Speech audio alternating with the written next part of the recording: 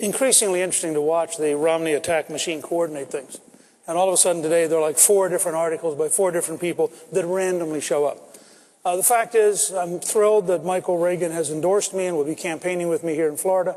I remember very fondly in 1995 when we were at the Goldwater Institute, and Nancy Reagan said, you know, Barry gave Ronnie the torch, and now Ronnie's passing the torch to Newt and his team in Congress. So I think it's reasonable to say, and I think the governor said it fairly, I am vastly closer to Reagan. In that period, the governor was an independent business person. In '92, he was donating to Democrats for Congress and voted for Paul Tsongas in the Democratic primary.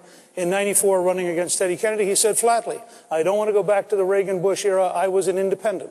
So there's a pretty wide gap. Now, he's more mature. He's more conservative. I accept that. I think it's a good thing. But those of us who were in the trenches fighting in the 80s, it would be nice to be recognized for what we actually did and not to have orchestrated attacks that try to distort the history of that period. Governor Romney, you can respond. Just a short clarification.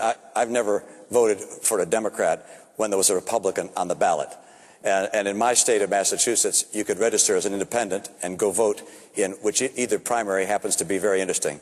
And any chance I got to vote against Bill Clinton or Ted Kennedy, I took. So I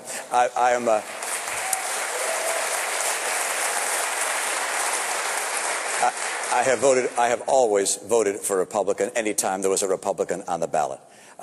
With regards to the Speaker's